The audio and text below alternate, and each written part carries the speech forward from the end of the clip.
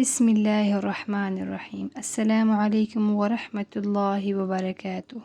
حضرت ابن عباس اور محمد بن کعب فرماتے ہیں کہ حضرت یعقوب علیہ السلام اپنے بیٹوں کو نظر لگنے سے خوف زدہ ہوئے تھے، کیونکہ ان کے بیٹے خوبصورت، خوش نظر حلیے والے اور خوش منظر تھے۔ لہٰذا یعقوب علیہ السلام اس بات سے ڈرے کہ کہیں لوگ ان کے بیٹوں کو نظر بد کے ذریعے نقصان نہ پہنچائیں، کیونکہ نظر لگنا حق ہے جو کہ کسی ماہر گھوڑ سوار کو اس کے گھوڑے سے گرا دیتی ہے۔ پس اللہ کے رسول محمد صلی اللہ علیہ وسلم نے ارشاد فرمایا، اور نظر حاوی ہو سکتا تو یقیناً نظر بد حاوی ہو جاتی۔ حضرت ام سلمہ رضی اللہ عنہما سے روایت ہے کہ ایک دفعہ رسول اللہ صلی اللہ علیہ وسلم ان کے گھر تشریف لائے۔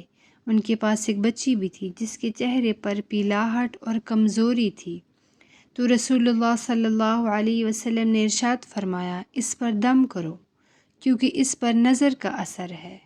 جس کی نظر لگتی ہے وہ حاسد ہوتا ہے، لیکن ہر حاسد کی نظر نہیں لگتی، اسی لیے جب حاسد حسد کرتے ہیں تو ہمیں ان کی شر سے اللہ کی پناہ طلب کرنے کا حکم اور تعلیم دی گئی ہے۔ بڑوں کی نسبت بچوں پر نظر بد کا اثر جلدی ہوتا ہے۔ ایک دفعہ رسول اللہ صلی اللہ علیہ وسلم نے جعفر طیار کے بچوں کو دیکھا تو ان بچوں کی والدہ اسماء بنت امیس رضی اللہ عنہما سے دریافت فرمایا، کیا معاملہ ہے کہ میں اپنے بھائی کی اولاد کے جسم دبلے پتلے دیکھ رہا ہوں؟ کیا انہیں کوئی مشکل بھوک، بیماری یا تکلیف وغیرہ درپیش ہے؟ اسماء بنت امیس رضی اللہ عنہما نے عرض کیا، جی نہیں، لیکن انہیں بہت جلد نظر لگ جاتی ہے۔ تو رسول اللہ صلی اللہ علیہ وسلم نے اسماء رضی اللہ عنہما کی اس بات کی تائید فرماتے ہوئے ارشاد فرمایا، ان پر دم کرو۔ حضرت اسماء کا فرمان ہے کہ میں نے رسول اللہ صلی اللہ علیہ وسلم کی خدمت میں دم کے الفاظ پیش کیے تو انہوں نے ارشاد فرمایا، ان پر دم کرو۔ دم سے مراد وہ الفاظ ہیں جن کے ذریعے اللہ تعالیٰ کے حضور نظر بد، جادو، آسیب اور بیماری وغیرہ سے نجات اور شفا طلب کی جاتی ہے۔ اور کسی شک و شبہ کے بغیر یہ کہنا حق ہے کہ اس کام کے لیے قرآن کریم کی آیات مبارکہ اور رسول اللہ صلی اللہ علیہ وسلم سے صحیح ثابت شدہ احادیث مبارکہ میں بیان کردہ الفاظ کے علاوہ کوئی اور الفاظ استعمال کرنا جائز نہیں۔ نظر بد کی پہچان۔ نظر بد یا جادو اور آسیب کا اثر ہونے کی بہت سی علامات ہوتی ہیں۔ کچھ علامات تو ایسی ہوتی ہیں جن کے ظاہر ہونے کی صورت میں مزید کسی جانچ کی ضرورت نہیں ہوتی، اور کچھ علامات ایسی ہوتی ہیں جن کا سبب کوئی جسمانی یا نفسیاتی بیماری یا غیر معمولی رویہ بھی ہو سکتا ہے۔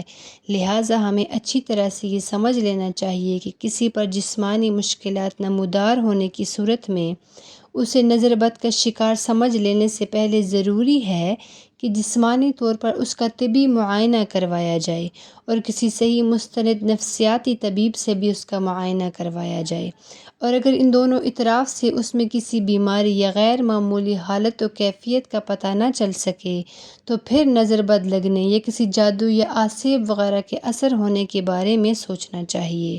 طبی اور نفسیاتی معائنے کے بعد اس امکان کے بارے میں سوچے جانا چاہیے۔ فی الفور اس پر یقین نہیں کر لینا چاہیے کہ نظر ہی لگی ہے یا کوئی جادو یا آسیب وغیرہ کا اثر ہو گیا ہے۔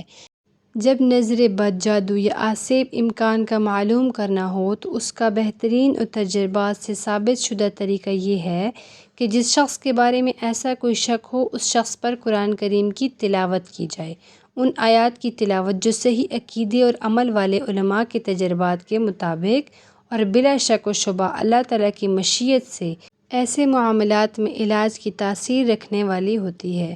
جب ان آیات کو مشکوک شخص یا مریض شخص کے سامنے تلاوت کیا جاتا ہے تو اس پر درج ذیل علامات ظاہر ہوتی ہیں: چہرے پر پیلاہٹ ظاہر ہونا، سینے میں گھٹن کا احساس ہونا، تلاوت سننے کے دوران جسم کے مختلف حصوں میں درد ہونا، معمول سے زیادہ گرمی محسوس ہونا، پسینہ آنا، خاص طور پر کمر پر پسینے کی کمی یا زیادتی سے نظر کی شدت کا اندازہ ہو جاتا ہے، پہلوؤں میں درد محسوس ہونا، بے چینی کی کیفیت ہو جانا، رونا کسی سبب کے بغیر اور رونے کی کیفیت کے بغیر آنسو جاری ہو جانا۔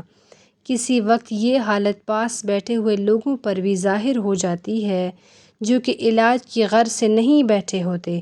ایسی صورت میں معالج کو ان کی طرف بھی توجہ کرنا پڑتی ہے، لیکن دیکھنے والوں پر عموماً یہ اثر مریض کی حالت دیکھنے یا آیات شریفہ کو سمجھنے کی وجہ سے ظاہر ہوتا ہے۔